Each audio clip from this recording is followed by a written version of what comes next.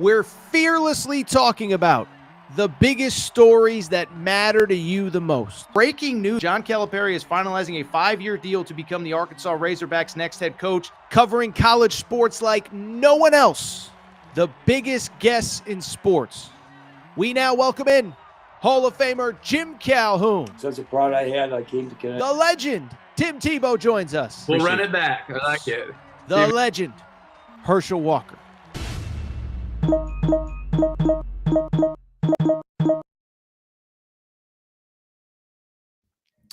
Welcome in, everybody. Tuesday night edition, Air Torres Sports Podcast. I'm your host, Air Torres. Hope everybody's doing well. Hope everybody's having a great day. Hope everybody has cleared out all their Venmo transactions from the last couple weeks. We got ourselves a jam-packed show today, so we're going to open. Listen, this John Mateer story, big deal, little deal, no deal, it's something. We're going to go ahead and discuss all that.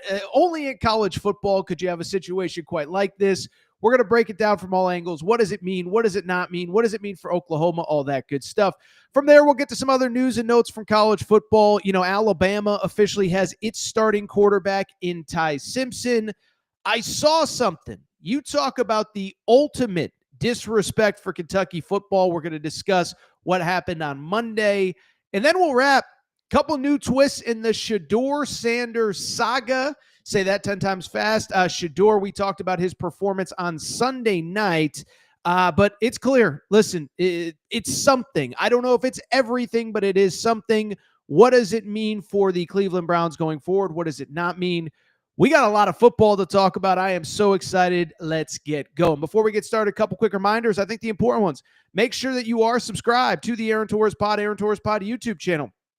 New clips, new videos going up every single day. We really do appreciate your support, but make sure that you are subscribed. Also, make sure you want to do your boy Torres a solid. If you are watching on YouTube, you see the link for the podcast. Go back, download a couple of the old podcasts. Help us pump up our numbers there. Keep our advertisers happy.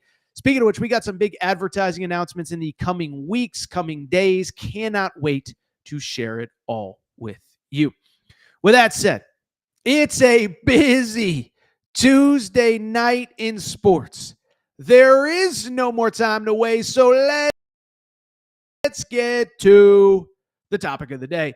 Topic of the day, welcome to college football season. We officially have our first weird internet story that might be a scandal, but might not be a scandal. This thing's been floating around for 24 hours. I didn't know what to do with it. But let's go ahead and get into the saga of John Mateer. Okay, so John Mateer, I think if you're watching this show, you're a college sports fan, you know. Oklahoma last year was not good, or I take that back. They were 6-7, so that's not good. That's not acceptable. Defense was top 20 nationally. The issue was the offense was a mess, entirely new O-line, wide receivers get hurt, Jackson Arnold starts, Jackson Arnold get benched, he gets put back in. End of the season, it becomes pretty clear that they just need to start over fresh on the offensive side of the football. They fire Seth Luttrell. They bring in, Seth Luttrell was the offensive coordinator. They bring in Ben Arbuckle as the offensive coordinator, who, of course, was at Washington State, top 10 defense. And in a story that's true 2025, the great thing about hiring a high-profile offensive coordinator is that with the transfer portal, you can bring the quarterback with you that help lead your offense. So it's almost a package deal.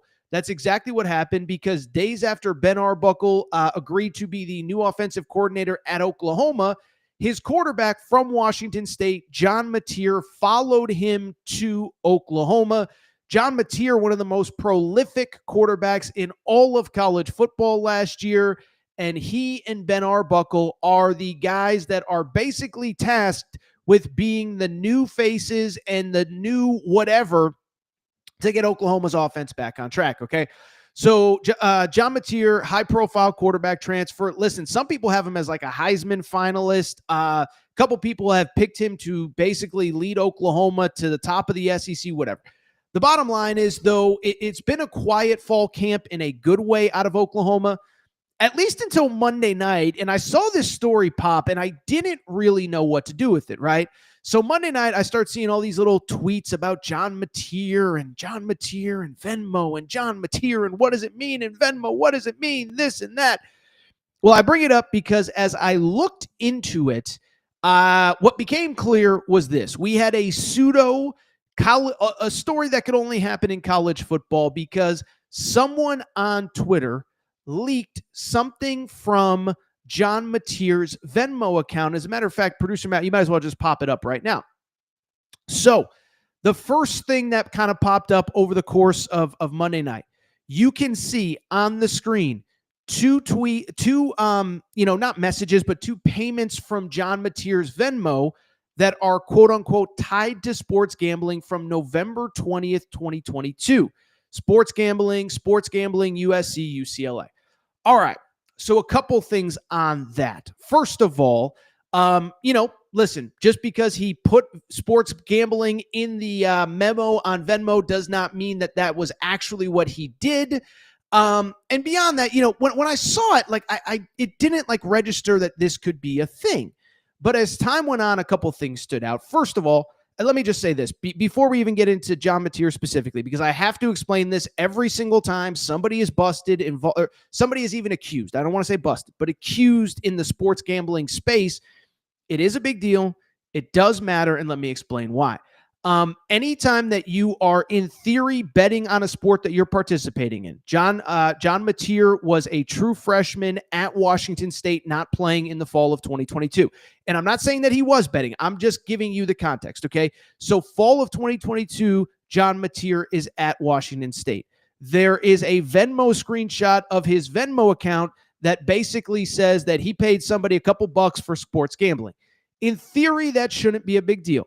But anytime that you play a sport and you are alleged to be involved with gambling on that sport, it becomes a big deal. You might personally might not think it's a big deal. I might not. It's not up to me. It's not up to you. We all, in some way, shape, or form, dabble in sports gambling. Okay, we've worked with the sports gambling companies. We've done March Madness pools. I'm not saying it is the worst thing that has ever existed on the face of the earth.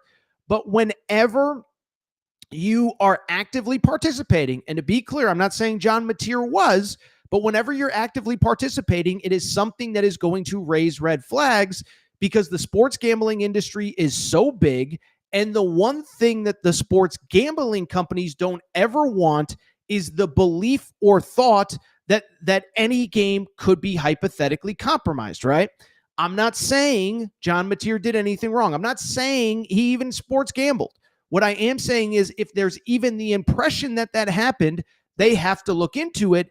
And in theory, all of these leagues do as well, because obviously, whether it was the Pac-12 in 2022, whether it was the the SEC in 2025, no league wants to. You can't have sports gambling involved. You just can't. And we say this all the time, right? You can bet on anything else. If you're 21 years old of legal age and you're a college football player, you can bet on baseball. You can bet on tennis. You can bet on golf. You can't bet on a sport that you play in because it gives the impression that things could be compromised. And for people that say, well, he didn't hypothetically in this case allegedly bet on his own team, the argument is always when you're betting on a sport that you play, could you have inside information? Could you have friends on the team? Whatever. So that's the caveat on why sports betting matters. Now let's get back to John Mateer, because again, when I saw this, I didn't really know what to make of it. And I was like, oh, is this one of these internet stories that, starts on a message board and it becomes nothing? Then I wake up on Tuesday and it's definitely a thing. Pete Thamel is tweeting about it, talking about, Oklahoma is aware of the allegations. John Mateer denies any wrongdoing. Then we hear that John Mateer is going to release a statement about this. And so let's get you caught up on what has happened within about the last hour or so, as both John Mateer and Oklahoma have released individual statements. By the way, this is an important part I should have mentioned earlier. Basically, the internet sleuths basically did confirm that was John Mateer's Venmo account. Now, just because he typed in sports gambling into the transactions doesn't mean that it was actually sports gambling, but it was John Mateer's Venmo account, at least as far as I can tell. Let's get to statements from both Oklahoma and John Mateer. Producer Matt, I don't know if you have them in any order. I'll take the Oklahoma statement if you have it first. Perfect. Thank you, sir. So he said, Oklahoma released a statement that says OU Athletics provides ongoing education to its student athletes, coaches, and staff on matters related to sports gambling. The department utilizes Prohibet, which is an industry standard service offering comprehensive monitoring of sports gambling. OU takes any allegations of gambling seriously and works closely with the NCAA in any situations of concern. OU Athletics is unaware of any NCAA investigation and has no reason to believe there is one pending. From there, and we'll get to both statements in a second, John Mateer released his own statement saying, quote, "The allegations that I once participated in sports gambling are false. My previous Venmo descriptions did not accurately portray the transactions in question, but were instead inside jokes between me and my friends. I have never bet on sports. I understand the seriousness of the matter, but I recognize that taken out of context, those Venmo descriptions suggest otherwise. I can assure my teammates, coaches, and officials at the NCAA that I have not engaged in any sports gambling." So listen, big deal, little deal, no deal. It's something. When Oklahoma and John Mateer have to release a statement, it means that it's at least in the public consciousness. Doesn't mean that John Mateer did anything wrong. Doesn't mean that John Mateer gambled, but it means something. But I want to break down each of those statements because to me, I think there's important context in each of them. Let's start with the Oklahoma statement, okay? The Oklahoma statement is the biggest piece of word salad that I have ever seen. If you read the statement, all it says is this: we work with industry, we take every allegation seriously. We work with Prohibet sports betting and industry standard offering comprehensive monitoring of sports gambling activities. OU takes any allegation seriously. OU is unaware of any NCAA investigation, has no reason to believe one is pending, okay? All that says to me is this: OU is trying to distance itself from any wrongdoing. OU basically said, look, we work with a industry-leading, gambling company, blah, blah, blah, blah, blah, this and that, whatever. And if anything happened, we did everything we could to stop it.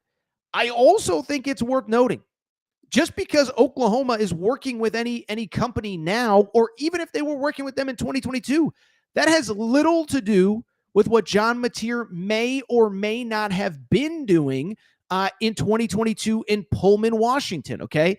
Again, we're not accusing anyone of anything, but Oklahoma's statement is just basically saying, like, look, we educate our athletes, we whatever. But John Mateer wasn't on campus when these Venmo transactions happened. So, like, you can't sit here and say, like Oklahoma's just basically saying we had no wrongdoing at all. Now, let's get to the John Mateer statement, because to me, this is much more interesting.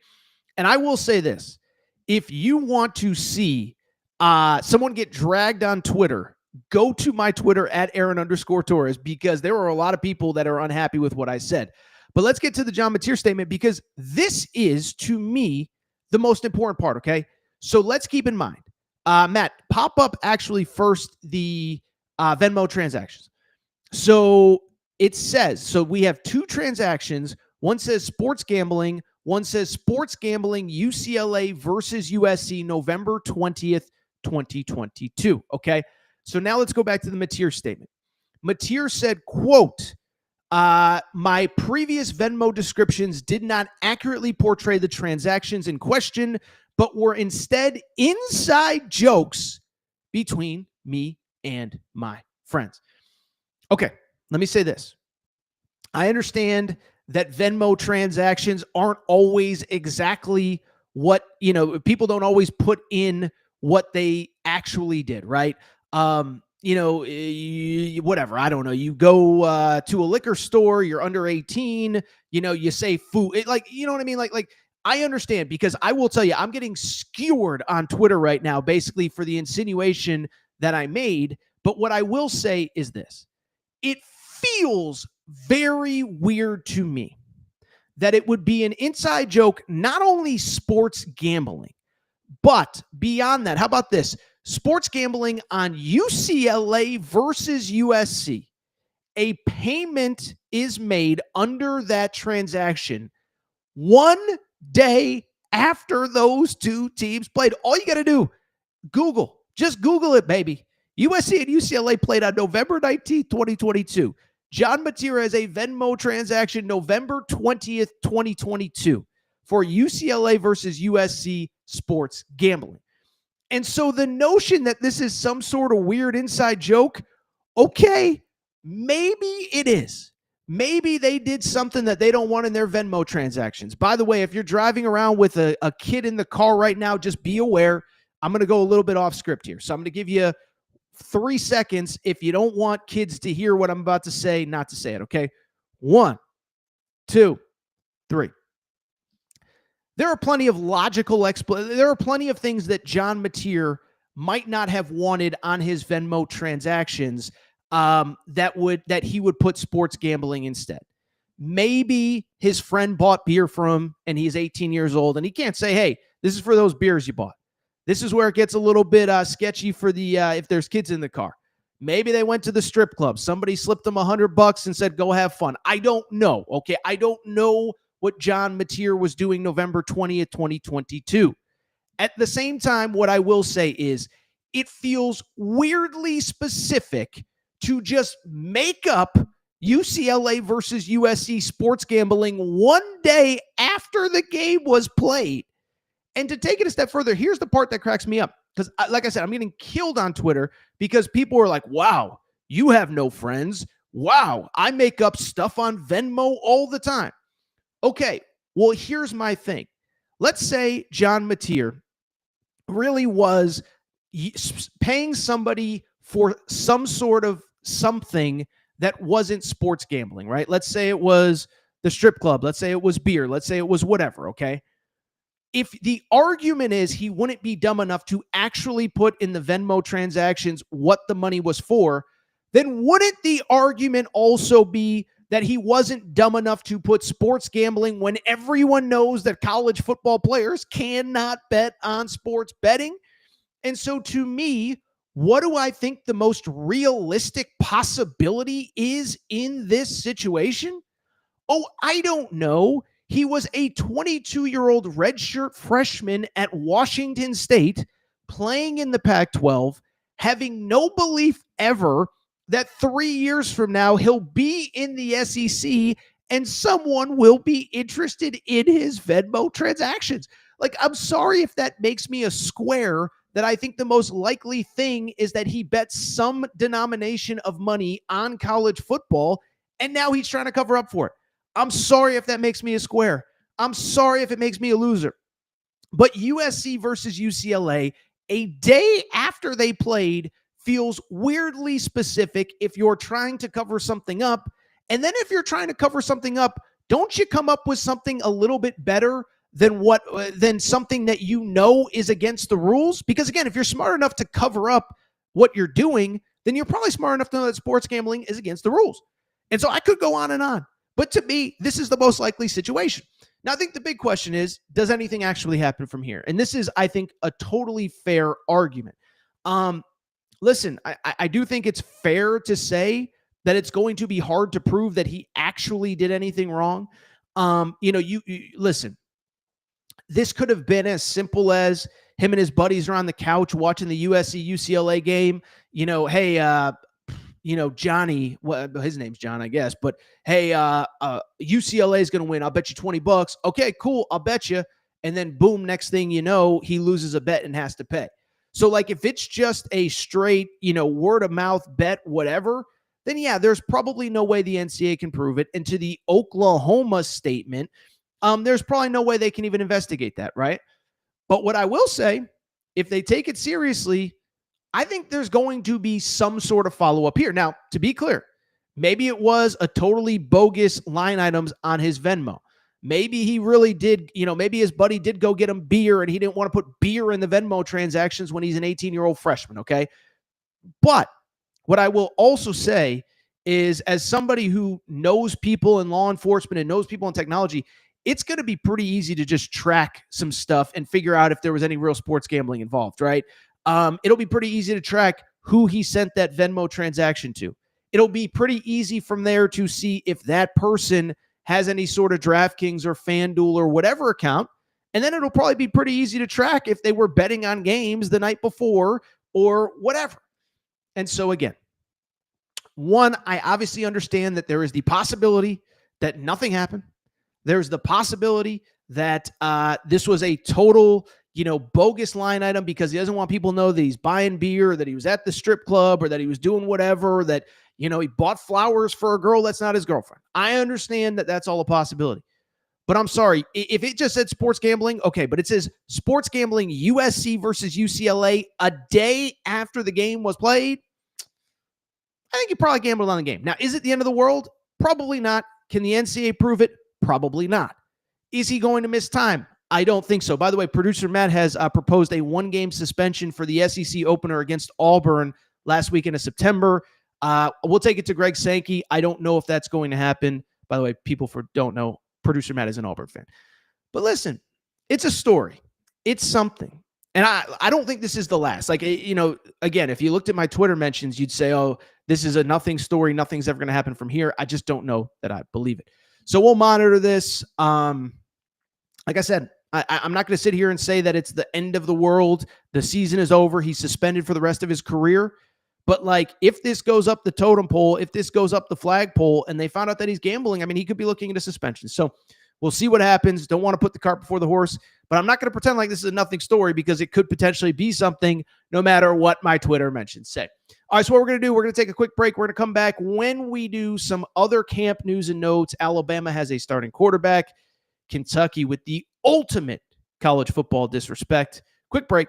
Be right back. All right, we're going to get back to the show in a minute. But before we do, I have so many people that reach out and say, Torres, you give me hours and hours and hours of free content every day, every month, every year. What can I do to help support the show? Well, you want to support the show and look good in the process. Make sure to check out and support the Aaron Torres Media merch store at aarontorresonline.com/merchandise. Some of you wondering, what can I get in that merch store, Torres? Well, Kentucky fans, we got our Mark Pope Hope and Pope t-shirts. That is right. Mark Pope, monster first year. Year 2 is going to be even better. Get your Hope and Pope t-shirt at aarontorresonline.com/merchandise. Arkansas fans, the big pig invasion is coming. It is here. John Calipari has things rocking. Get your big pig invasion tees. Again, aarontorresonline.com/merchandise. St. John's fans, we have our Big Rick Energy t-shirts.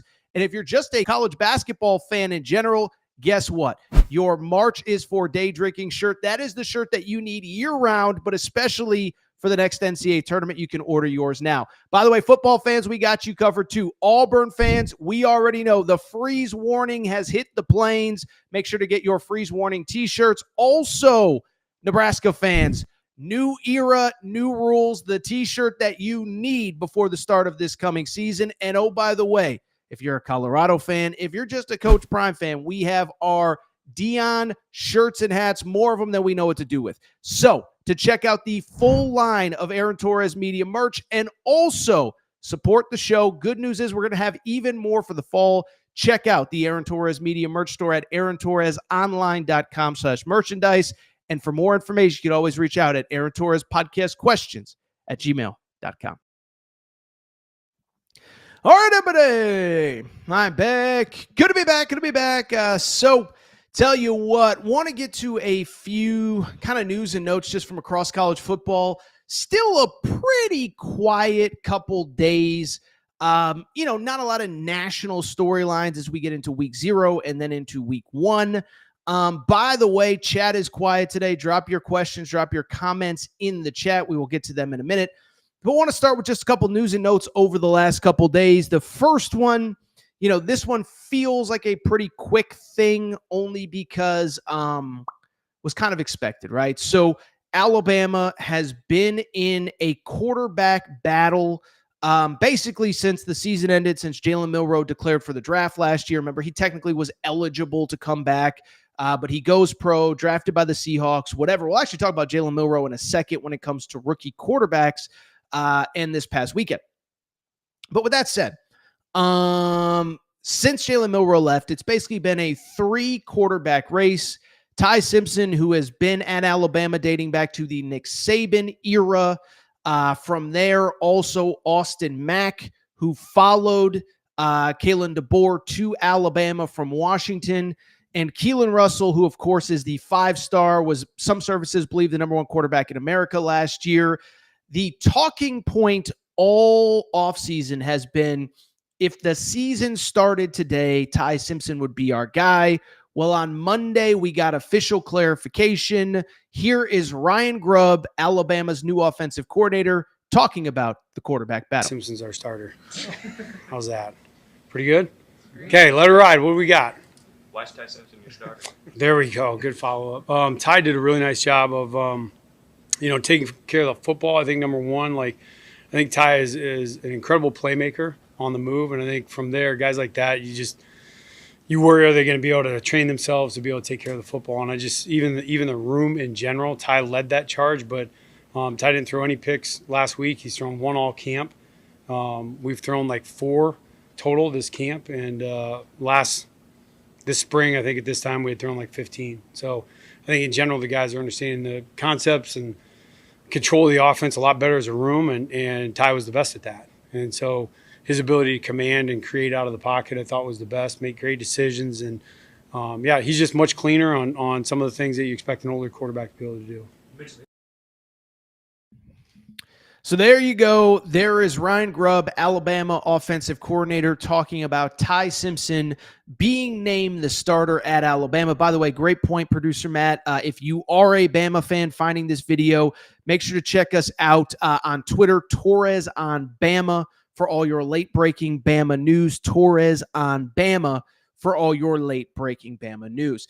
So listen, this is not surprising. A couple things. One, I mentioned this a second ago, but the talking point all of spring into fall, after spring practice with Kalen DeBoer, into SEC Media Days a few weeks ago, the narrative, the statement that the coaching staff has continued to share.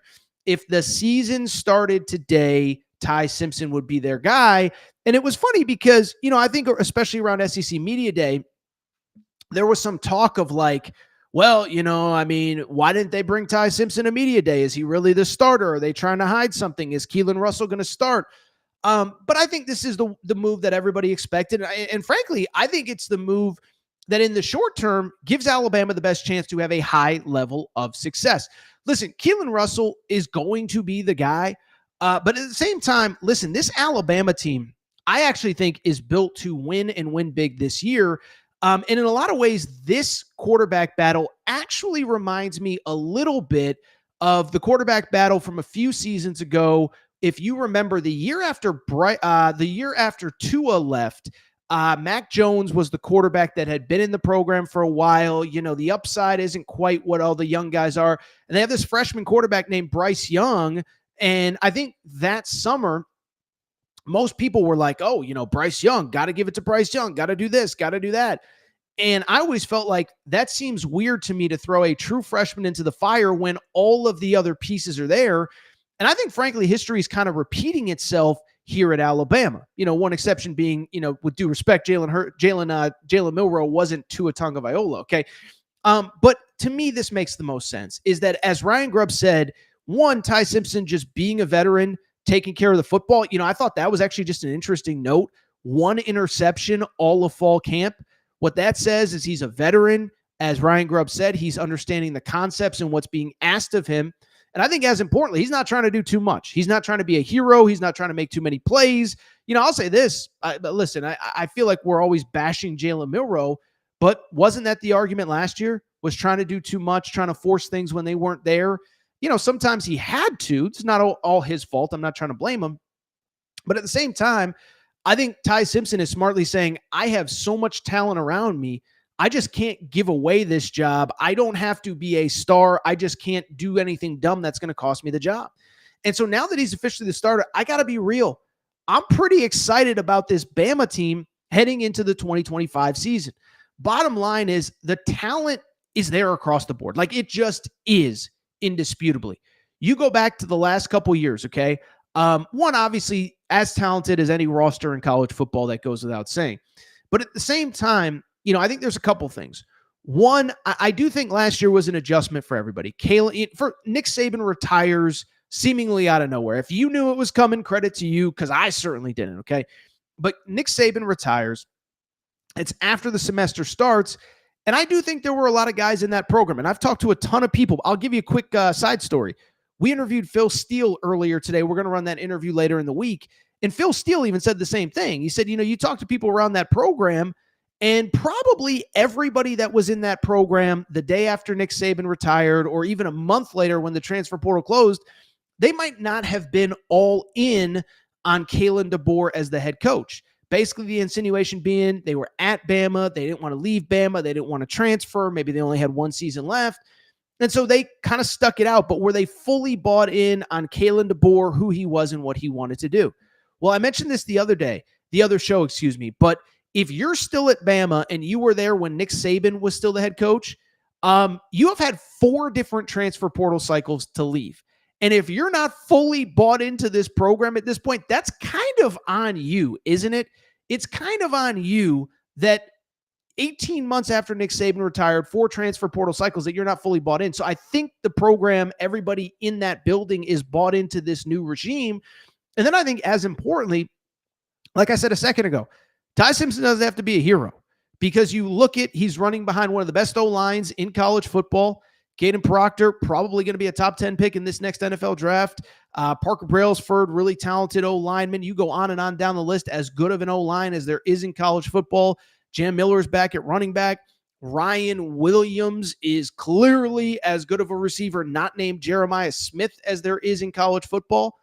And then, oh, by the way, how about the fact that you also got a little defense that is, the thing about the defense that I would say is that defense was really good late in the season, okay?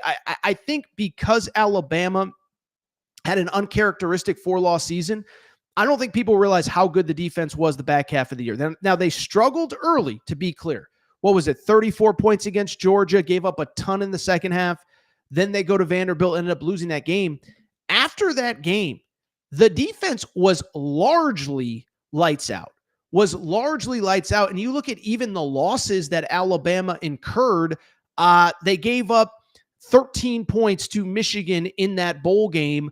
But unfortunately, the offense they gave 19 points, Unfortunately, the offense could only put together 13. Against Oklahoma, gave up 24 points, but the offense only put up 3. So the only point I'm trying to make, that defense was really good late in the season, and it was the offense that let them down. Well, I think the offense is going to be more consistent. I think it's more talented. And I'm really high on this Bama team coming into this season, I just think that they're better than people realize. And I think that, Texas, especially with Arch Manning, is the shiny new toy. I think everybody's excited to watch Georgia as the defending SEC champs. And I think, again, there are other teams that get all of the headlines. LSU, first of all, I don't really understand the Garrett Nussmeier stuff, but it's like LSU is all of a sudden the topic du jour in college football, and everybody loves them. Whatever. Florida with DJ Lagway, ironically, Oklahoma with John Mateer, right? If John Mateer is eligible this season, everybody's intrigued by him and what he can do. I think sometimes, the team that does the least or doesn't have the super splashy offseason, I think that's the one that sometimes gets lost in the shuffle. And I think for the first time in a long time, Alabama might be that team that's being overlooked. And I'm just here to tell you, man, I feel like Alabama is going to be really good this year. Ty Simpson named the starter. All right, let's switch gears. One other topic that I saw pop up over the last couple days. So on Monday night, the AP Top 25 came out, okay? And we're not going to spend any time really talking about the AP Top 25. The only real difference between the AP and the coaches poll, unfortunately, we're not going to get a number 1 versus number 2 matchup, Texas and Ohio State in week 1. That's because Ohio State is week 3 in the AP poll. They're number 2 in the coaches poll, whatever. But top 3, Texas, Penn State, Ohio State, okay? But I'm not really going to talk coaches AP poll, because we did that already a few days ago. And if you missed any of it, you can go back and check it out. Who I think is overrated, who I think is underrated, all that good stuff. Well, I bring it up because there was one thing that caught my attention in the AP poll, and it might not be surrounding a team that you would expect. A lot of SEC teams in that top 25. By the way, a lot of big SEC games in week 1. I mentioned Texas at Ohio State, LSU at Clemson, Bama, who we just talked about, at Florida State. One game that might not totally be on the radar, though, Toledo at Kentucky in week 1 in a game that, forget Kentucky. Like, Mark Stoops needs a great season, not just a great game against Toledo, but a great season. Well, I bring it up because the AP poll dropped on Monday. My buddy Drew Franklin from Kentucky Sports Radio was one of many Kentucky media members and fans to bring up a very interesting point from that poll. That fact is this. In the first AP poll, Toledo got more preseason AP votes than the University of Kentucky, their week 1 opponent. Let me just say this. Mark Stoops has said he is motivated this offseason. Mark Stoops has claimed things are going to be different this coming season. If he needed any motivation to get his team fired up, this should be it. Toledo as a MAC team getting more respect in the preseason AP poll than the team that they are playing from the SEC in week 1. Okay, so let's dive into it. Should mention, by the way, as you can see on the screen, as always, make sure you're following our Torres on UK account, Torres on UK for all of your late-breaking Kentucky sports news, Torres on UK on Twitter. All right, so let's go ahead and dive into this because to me, this is fascinating, and let me do a couple caveats right out of the way, right? So first of all, I understand the AP poll. One, it means nothing, right? We see every year, Florida State was a top 10 team in the AP poll a season ago. Finished not only unranked, but they were one of the worst teams in the Power 4 in all of college football. By the way, in defense of Mark Stoops, there's been plenty of years where Kentucky hasn't been ranked in the AP poll and end up at winning 8, 9, 10, 11 games, not 11, but 8, 9, 10 games and finishing the season in the AP poll. So one, it ultimately means nothing. Two, I also understand that, Kentucky's path over a 12-game season is much more difficult than Toledo's. And so Toledo's, path to a much better win-loss record is obviously much more manageable. And lastly, I'll say this, credit where it's due. Toledo's a really good team that has given power conference teams trouble in the past. For people who have not paid attention, for people who do not know, this is the same Toledo team that a year ago went to Mississippi State, beat Jeff Lebby's Mississippi State Bulldogs, and actually, frankly, beat them pretty good, right? They also return about as much as really, I can't sit here and say they return as much as any Group of 5 team, but we all know the struggles that Group of 5 teams have to retain talent in their programs in this NIL portal era. Well, I don't know if Toledo has some sort of booster club that's better than the rest of the MAC or what. They return a ton of talent, and they actually bring in a ton of talent. Tucker Gleason, probably the most accomplished quarterback in the MAC, returning. He's a guy that I think is getting some preseason MAC Player of the Year buzz, 24 touchdowns a year ago. They have one of the best wide receiver rooms in the MAC. I think it's also worth noting they got a pretty good running back too. Does the name Chip Trainum ring a bell to any Kentucky fan listening to this? Well, he was at Kentucky a year ago, played at Arizona State, played at Ohio State, was at Kentucky a year ago. Well, now he is at Toledo. And I'm sorry, it didn't work out at Kentucky, but if you're good enough to play at Ohio State, you're good enough to play at Kentucky, you're a dude that you can tote the football, you can tote the rocks. So I just bring it up because I get that Toledo is a talented team, is a tough week 1 matchup. But like I was saying a minute ago, if Mark Stoops didn't have any bulletin board material heading into week 1, I think this is it. And I'll just say in general, I think Kentucky is just, to me, one of the more fascinating teams in all of Power Conference football because I don't think they were quite as bad as the record showed last year. I do think they have a chance to be better. The question is, will they actually get there once the season begins? In defense of Mark Stoops, a lot of changes in the offseason. It's interesting. We had Vince Morrow on the show, who is now at Louisville. Clearly, there was a disconnect between those two sides. I love Coach Morrow. I'm gracious for his time. But, I bring it up because there was change on the coaching staff. Mark Stoops, I don't know if it's to his credit, but in his, in his argument, they were very specific about the guys that they brought in through the portal. Maybe got rid of some guys that maybe weren't great locker room guys. Maybe did bring in some guys, especially along both defensive line or along both lines, that are going to have an impact and allow Kentucky to play in the manner that they want. O-line, the kid from New Mexico State who everybody loves, who's an incredible quote. I don't have his name off the top of my head, but that is a kid that should have a major impact. David Gusta, the transfer from Washington State on the defensive line. By the way, big day for Washington State transfers here on the Aaron Torres pod today, okay? But I just bring it up because the lines have been bolstered. They've always been able to run the ball for the most part. Last year, listen, I'm not going to put it all on one guy. Brock Vandagriff did turn the ball over a lot, though. And so can Zach Calzada just be a guy that takes care of the football, that does not make the mistakes that Brock Vandagriff did a year ago? By the way, Shedeur Pete, I believe is his name. My eyes are just so bad right now. I apologize. I'm getting old. But the kid from New Mexico State, Shedeur Pete, I believe is the name of the kid that I was referencing. But I bring it up because Zach Calzada, he said this week, like, I'm comfortable if you want to call me a system quarterback. My job is to make plays, to get the ball out of my hands, to get it to running backs, to get it to wide receivers. And so can Zach Calzada just take care of the football better? Can they run the ball more consistently? Because if they can, that defense was still pretty good last year. It wasn't what it had been. It wasn't what it was during the best years of the Stoops era. But part of the reason it wasn't what it was during the best years of the Stoops era is because the offense was so bad and the offense kept turning the ball over and giving it back to the other team. And so at the end of the day, the Kentucky defense was still pretty good, top 30 or so nationally in scoring defense. It didn't help that the other team that the offense kept giving the ball away. So they are a fascinating team. I saw Luke in the chat to start the show asked about the Ole Miss game early in the season.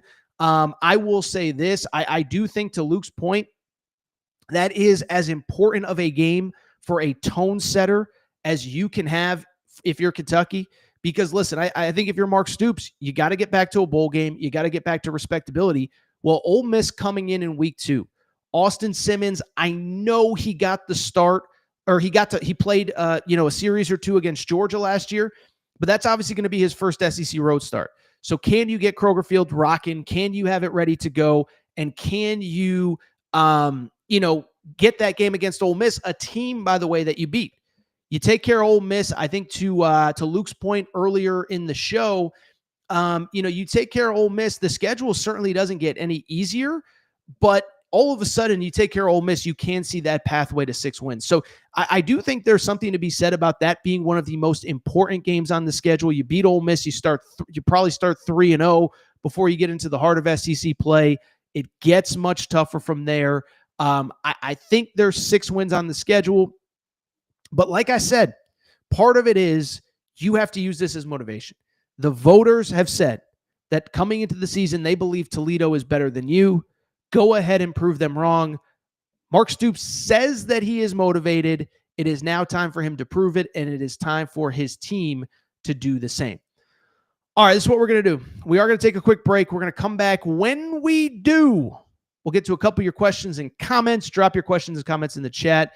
A little bit of an interesting update on Shedeur Sanders from earlier in the week. We talked about Shedeur on Sunday's show. Some new developments. Quick break. Be right back. What's up, everybody? It's AT, and I've told you before, when I'm on the road, when I'm podcasting, sometimes you end up looking like a slob. Look at me, mismatched socks. I'm wearing shorts. What am I doing? The folks at FioBox said, Torres, let's get you some fresh gear to look better when you're on camera. Well, what do you think? This is all part of the spring collection for FioBox. These jeans, perfect when I want to go to games, casual, serious, business casual, you name it. Got the quarter zip.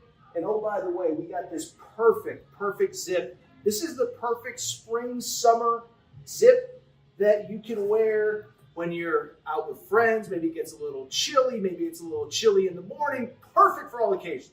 So this is what I need you to do. If you like what you see, and you should, what I need you to do is visit FioBox.com. That's FioBox.com, FIOBOC. By the way, FioBox has a special promo code for listeners of the Aaron Torres pod. Use promo code Torres and get 20% off your purchase.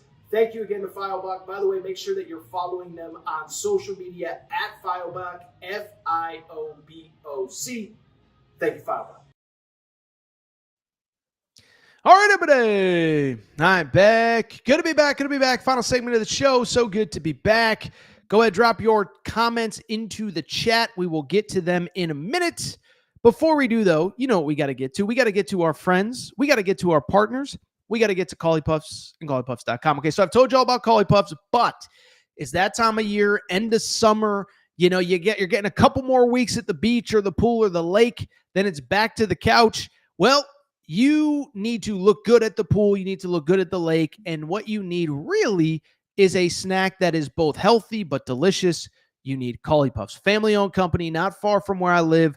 Joey, the founder, actually huge football fan. We've told you all about Joey. And one day he was just sitting on the couch one day and said, I need a snack that is healthy but delicious, something I'm going to love, something my kids are going to love.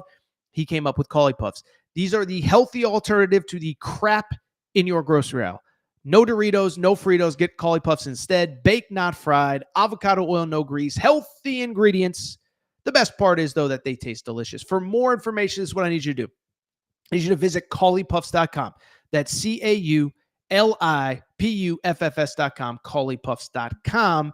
Once you're there, if you want to try them out, or if you've tried them out and want more, all you got to do, go to checkout, put in your order, use promo code Torres, TORRES, and you'll get 15% off your purchase. ColliePuffs.com, promo code Torres for 15% off your purchase. ColliePuffs.com, promo code Torres. They're also available, by the way, on Amazon. You cannot get the discount there. So I encourage you to go to ColliePuffs.com. Use promo code Torres to get 15% off. All right. I'm going to go ahead and wrap the show with a topic that has every time I turn on the TV, this is I don't want to say it's the only thing that matters in the NFL. It's certainly the most interesting story right now in the NFL preseason. It is Shedeur Sanders, Cleveland Browns, preseason game week 1. What does it all mean? What does it not mean? I think we've gotten a few interesting updates since the last time we talked on this show. Now, for people who missed Sunday night's show, let me just be quick on where I stand on this whole Shedeur thing, okay? One, I've been a Shedeur believer. I'm sorry, you complete 74% of your passes. You're the Big 12 Offensive Player of the Year. You're not a schlub. You're not a nobody, okay? And so to me, I never really understood the fall in the draft. And what I would also say is that, was excellent in that preseason game. 14 of 23 passing, 2 touchdowns. I loved the way that he kind of controlled the game, okay? He said coming out of the game, I wasn't nervous. You're not nervous when you have the answers to the test. I felt like I was prepared, and that's what he looked like. I liked how it wasn't just the 2 touchdown passes. It was that he was in control. He kind of just, I don't want to say made the perfect play every time. That's not what I'm saying. But what I am saying is, when he needed to check down, he checked down the guys. When he needed to take off, he picked up big plays with his feet. When he needed to put the ball into tight windows, he put the ball into tight windows. And so overall, I thought it was important that he did that and that he put it on tape in the preseason. And I said that on Sunday, and I still stand by it. I had a lot of people, it's the preseason, it means nothing. I'm sorry, it does. And here's why. When you're a 5th round pick, anytime you get a chance, it means something. Now, should Shedeur have been a 5th round pick? That's another conversation for another day. But he was. And the bottom line is every 5th round pick does not get a chance. And certainly every 5th round pick does not get a chance on a team that at some point this year is probably going to need a starting quarterback, okay? It'd be one thing if Shedeur was the backup or 3rd string or 4th string with the Kansas City Chiefs. Okay, as long as Patrick Mahomes is healthy, Patrick Mahomes is playing, right? It'd be one thing if this happened with the Green Bay Packers. As long as Jordan Love is healthy, Jordan Love is playing. So the point I'm trying to make, and you could go through all the teams, right? Chicago Bears, Caleb Williams, Buffalo Bills, Josh Allen, Baltimore Ravens, Lamar Jackson, whatever. There's a lot of teams that you could be awesome as a 5th round pick and it doesn't matter, but it does matter with the Cleveland Browns because they don't have the quarterback, I believe, even of the present on their roster, let alone the future. Sean Watson's hurt. Joe Flacco's 40. Kenny Pickett, I'm sorry. I've seen enough Kenny Pickett to last a lifetime. Dylan Gabriel, a little bit small and banged up. So it did matter for Shedeur Sanders. With that said, let's get to the news that I saw on Monday because I think this is noteworthy, especially for everyone that says that it didn't mean anything. Matt, I'm going to do this a little bit out of order. Let's get the PFF tweet up first because I saw this fact and I thought it was interesting. This is from The Dogs podcast, a Cleveland Browns podcast, and it said, notable rookie quarterbacks and their PFF grades from week 1 of the preseason, first action against an opposing team. Guess which quarterback had the highest PFF grade after week 1 of the preseason?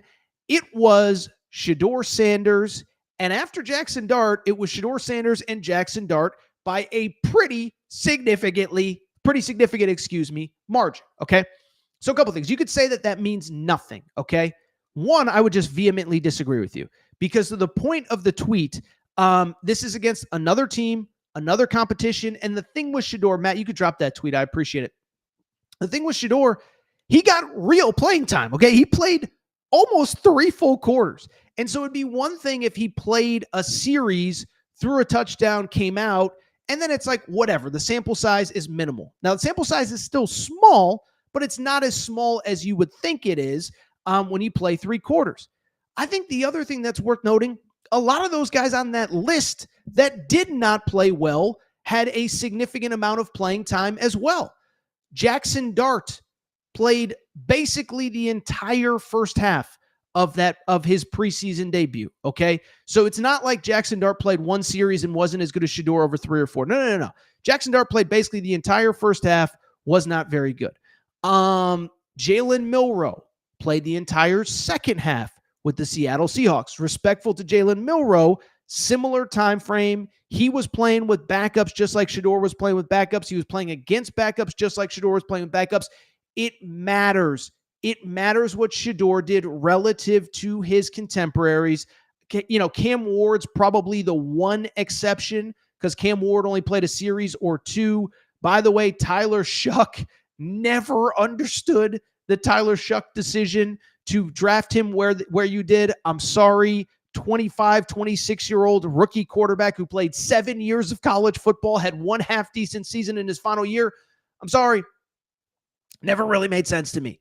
But I just bring it up to very simply say, by the way, Tyler Shuck, I should mention, threw 22 passes in his preseason debut. So much like Shedeur Sanders, these are all guys that got ample opportunity in their preseason games, and Shedeur was the best out of all of them. And so don't tell me that it meant nothing because it meant something. Did it mean everything? No. Do we need to put him in the Hall of Fame? Not yet. Maybe never.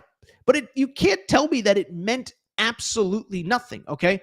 The other thing I'll say this, Kevin Stefanski and Andrew Berry, they're trying to play it cool and they're trying to act like it doesn't matter and it's just one game. I saw this thing where, they released the depth chart for week 2 and Shedeur is back with the 5th string or 4th string or whatever, behind Joe Flacco, behind Dylan Gabriel, behind Kenny Pickett. Well, the one thing that I can tell you, people in Cleveland care, okay? One, we talked about this. I thought it was interesting. I've never seen a 5th-round pick in his rookie debut have fans in the stands wearing their jersey. Now, again, Tom Brady is 7th-round pick. Brock Purdy is 7th-round pick. Yeah, when it's year 3 and they're awesome, that's different. Shedeur had people in the stands wearing Shedeur jerseys. And, oh, by the way, it was the visiting venue in Carolina where maybe it was just the TV cameras. Looked like there were more Shedeur jerseys there than there were Bryce Young jerseys. But I bring it up because I saw another interesting note on the TV rating. This was, you could pop up the TV rating note, Matt. This is from Jay Black. By the way, this was confirmed by Grok because I wanted to make sure this was accurate.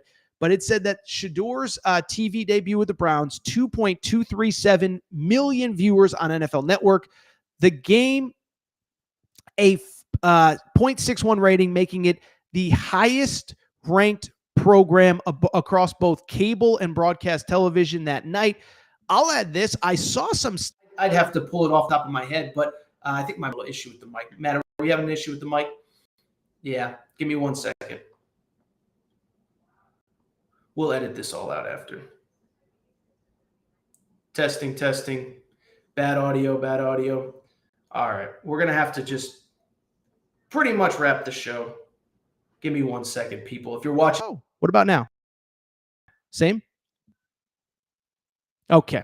Let's wrap the show by saying this. I saw some stat. I think it was like 49% of all TVs in Cleveland the night of Shedeur's debut were tuned into that game. And so to me, again, this is all stuff that matters because Kevin Stefanski can say whatever he wants. He can play cool. He can whatever. This is clearly what the people of Cleveland want. And it clearly matters because against his contemporaries, against his peers, Jackson Dart, who's probably going to get significant snaps for the New York Giants this year, Jalen Milroe, who's probably going to play to some degree for the Seahawks this year, depending on Sam Darnold. Like, Shedeur was as good as any of them. And so we can keep pretending that it doesn't matter. We can keep pretending that he's fifth string. I'm just here to tell you, every metric to me matters. And again, I think it matters specifically for Shedeur because he is in a place where there is going to be an opportunity for someone to play quarterback this year. Joe Flacco is 40 years old. He's not playing 17 games. I'm not trying to be disrespectful. It's just not happening. It's just not, okay? So what happens if Joe Flacco goes down? What if he tweaks an ankle? He's 40 years old. It's going to happen at some point. You have to have somebody ready to go. You have to have somebody that's proven. And again, Stefanski can say all this and do all this and put him on fifth on the depth chart, whatever. I'm just here to tell you, Shedeur looked very good on Friday night. The stats back it up. Highest graded rookie according to PFF. So we'll see what happens going forward. But, you know, we got to keep talking Shedeur. It's the biggest story in sports right now. And I said this the other night. We're not really an NFL show. So don't worry. You're not going to tune into this pod on a Wednesday, and I'm going to be breaking down the too deep of the Cincinnati Bengals or anything. But Shedeur is the biggest story in sports right now, and I felt like we should at least talk about it. And, oh, by the way, I'd also add this.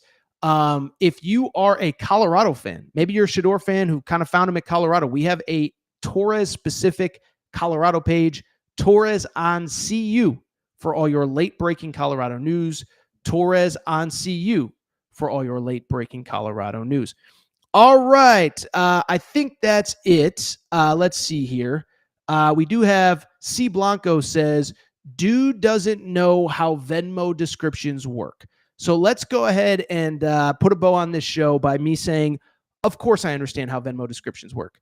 I also think the most likely scenario, as I said for John Mateer, is that when you put USC, UCLA in the description the day after a game in which those two teams played, it is most likely that that is what you are paying off. And if you're smart enough to hide a different transaction, in other words, if you think that the transaction is something that you don't want public, why would you put something public that is going to get you in as much trouble as anything else? C. Blanco, respectfully, I appreciate you tuning in. Kind of an idiot. I'm just going to say it. I'm sorry. Kind of an idiot. I don't know what else there is to tell you. Because like at the end of the day, that's the most likely explanation. It's a weird inside joke. I'm sorry. And it's a weirdly timed inside joke coming a day after the game was played. And to bring back what we talked about to lead the show, you also have to remember this transaction happened when John Mateer was an 18-year-old redshirt freshman at Washington State. The idea that he ever thought that at any point in his life, his Venmo transactions were going to be searched probably never crossed his mind. We'll see what happened. I don't think it's nothing. All right, I'll tell you what. I think we are going to go ahead and get out of here. If you're not subscribed to the Aaron Torres pod, please make sure to do so. Apple, Spotify, Amazon Music, Google Music, wherever you get your podcasts, make sure that you are subscribed to the Aaron Torres pod. Also, make sure to rate and review the show. Go ahead, give us a quick 5 stars. Let us know what you like, what you don't like, all that good stuff. Make sure you're following on social media at Aaron_Torres on Twitter, at Aaron Torres pod on Instagram, Aaron Torres podcast questions at gmail.com, Aaron Torres podcast questions at gmail.com. All for today's show. Appreciate your support. We're going to go ahead and get out of here. Shout out to Torrent Craig. Shout out to Rachel, who hates my voice. Shout out to JJ Reddick, you F-head. Unblock me, bro. We'll be back. New episode soon.